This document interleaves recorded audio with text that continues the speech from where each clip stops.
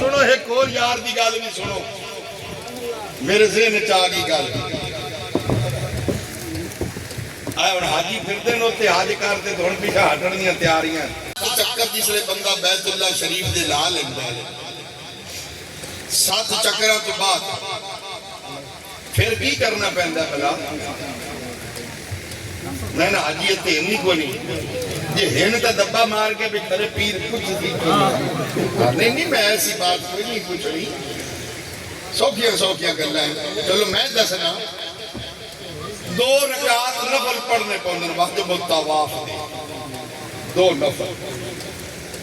تے پڑھنے کتھے مقام ابراہیم دے کول تے مقام ابراہیم کی ہے یا اللہ تیرے گھر کے سامنے تو آئے کھڑے ہیں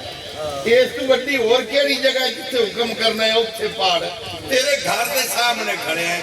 وَاتَّخِذُوا مِن مَقَامِ إِبْرَاهِيمَ مقام ابراہیم کو نفل پڑھ اور مقام ابراہیم کیے سنہری رنگ دے کہ چھوٹا جا گنبد بنا ہے شیشہ لگا ہے ان دے ویچ پتھر بھی ہے پتھر دے ویچ 2 قدمہ دے نشان ہیں پیران دے نشان ہیں میں کیا وہ کن دے ہیں اے ابراہیم علیہ السلام دے قدمہ رب آندہ جتھے میرے نبی دے قدم لگے نشانی پہی ہے نا ان دے کول بھی 2 نفل پاک ایک شروع کی میں ہوئے بیت اللہ شریف دا طواف شروع ہے میرے